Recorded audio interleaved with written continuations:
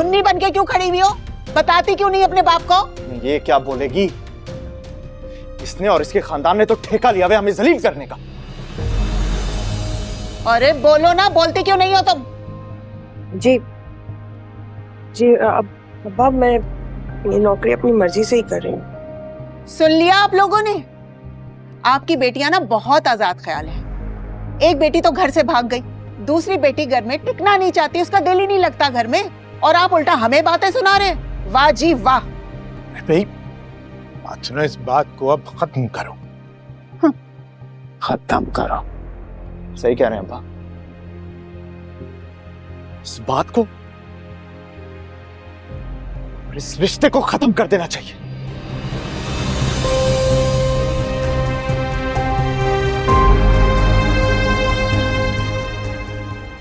अरे सरफराज,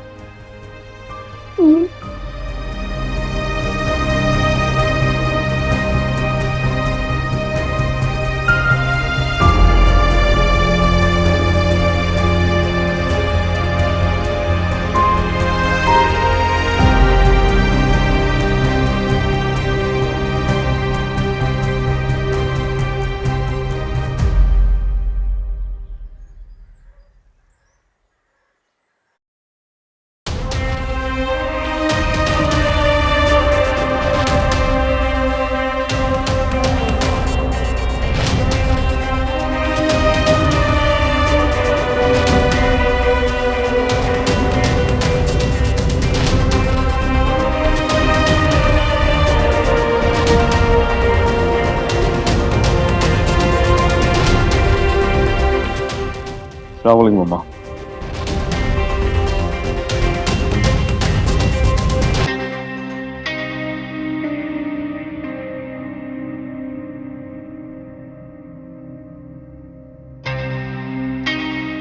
कैसे हैं वापस आए?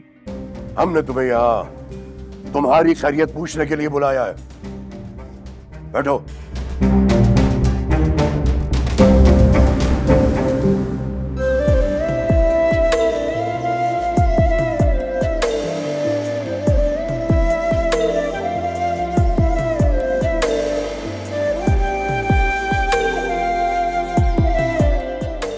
दुआ, कितनी खुशकिस्मत हो ना तुम।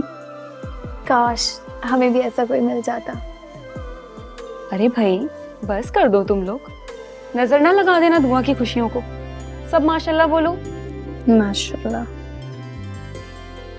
मौलवी साहब आ गए, ये की बुलाऊं? हाँ हाँ, मौलवी साहब आ गए हैं, बुलाओ।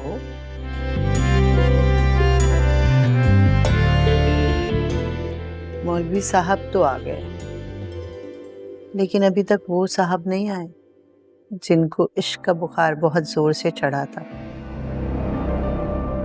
अब वो भी आ जाए तो बात बने।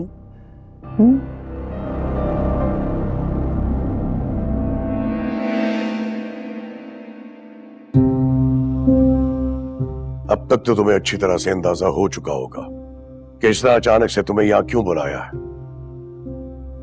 अगर आप आजाद कर देंगे तो आसानी होगी मेरे लिए।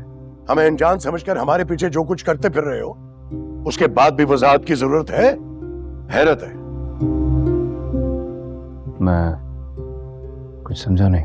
जुनैरा जैसी औरत के बंगले के चक्कर लगाते हुए भी तुम्हें किसी वजाहत की जरूरत है?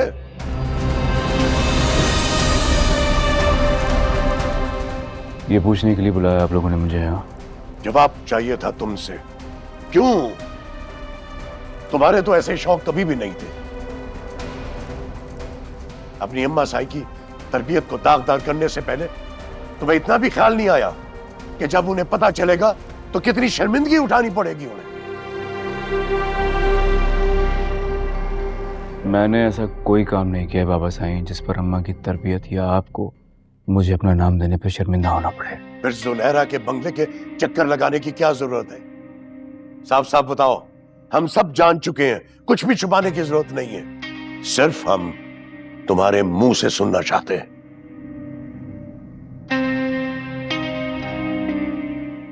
मैं दुआ से निकाह कर रहा हूं।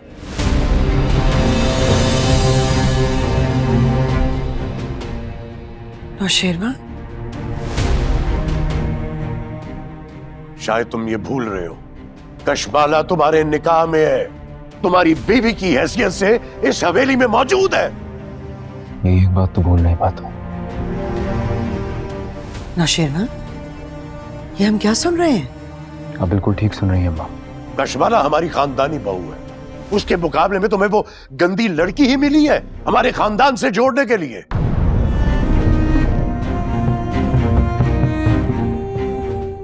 एक हादसे ने उसे वहां पहुंचा दिया, वरना मैं उसे जानता हूं। उसका ताल्लुक एक शरीफ, एक इज्जतदार घराने से है।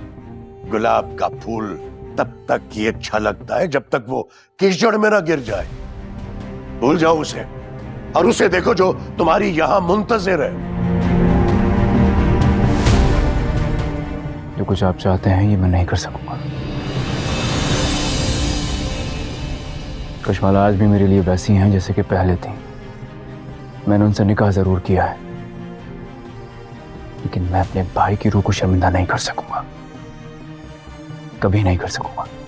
अरे मर गया वो, अब कशमाला और उसके बच्चे तुम्हारी जिम्मेदारी है। मैं अपनी किसी जिम्मेदारी से नहीं भाग रहा हूं बाबा साईं। मैं जानता हूं कि वो मेरी जिम्मेदारी है। आप लोग चाहते थे कि मेरी उनसे शादी हो, मैंने कर ली।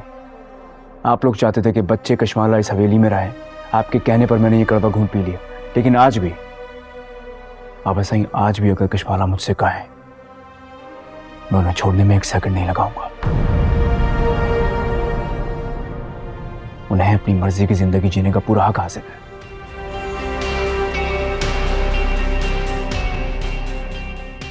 सुन रही हैं आप? किस किस्म की बातें कर रहे हो नौशेरवा? बिल्कुल ठीक कह रहा हूं मैं। भाई मरे हैं, कशमाला के जज्बात नहीं।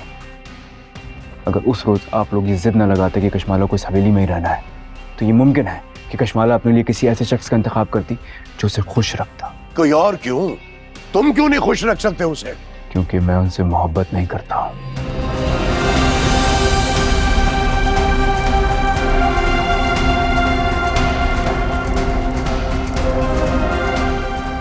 मैं दुआ को अपनाने के लिए जुबान दे आया हूं।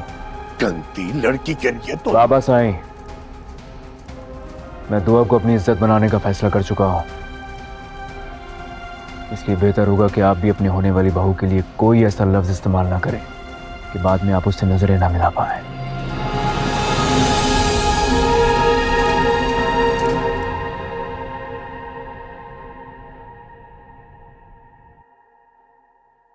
जल्दी कीजिए, मुझे और भी जगह पर निकाह पढ़ाने के लिए जाना है।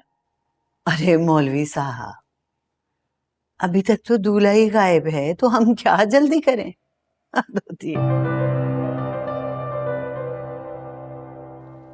दुआ, तुम फोन करो ना नौशेरवा को। एक मिनट, मैं करती हूँ।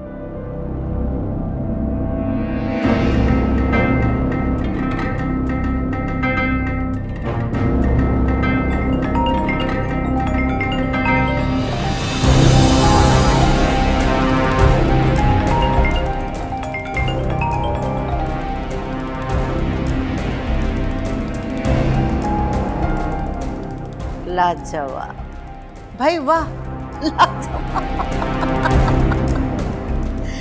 भाई ऐसी ही चालाकी तो सिर्फ गजनवी जैसे शख्स से ही उम्मीद की जा सकती है कि अगर उन्हें ढूंढने निकले तो अपने बाल नोचने पे मजबूर हो जाएं। वाह, क्या बात है, मुलाहिजा किया आपने।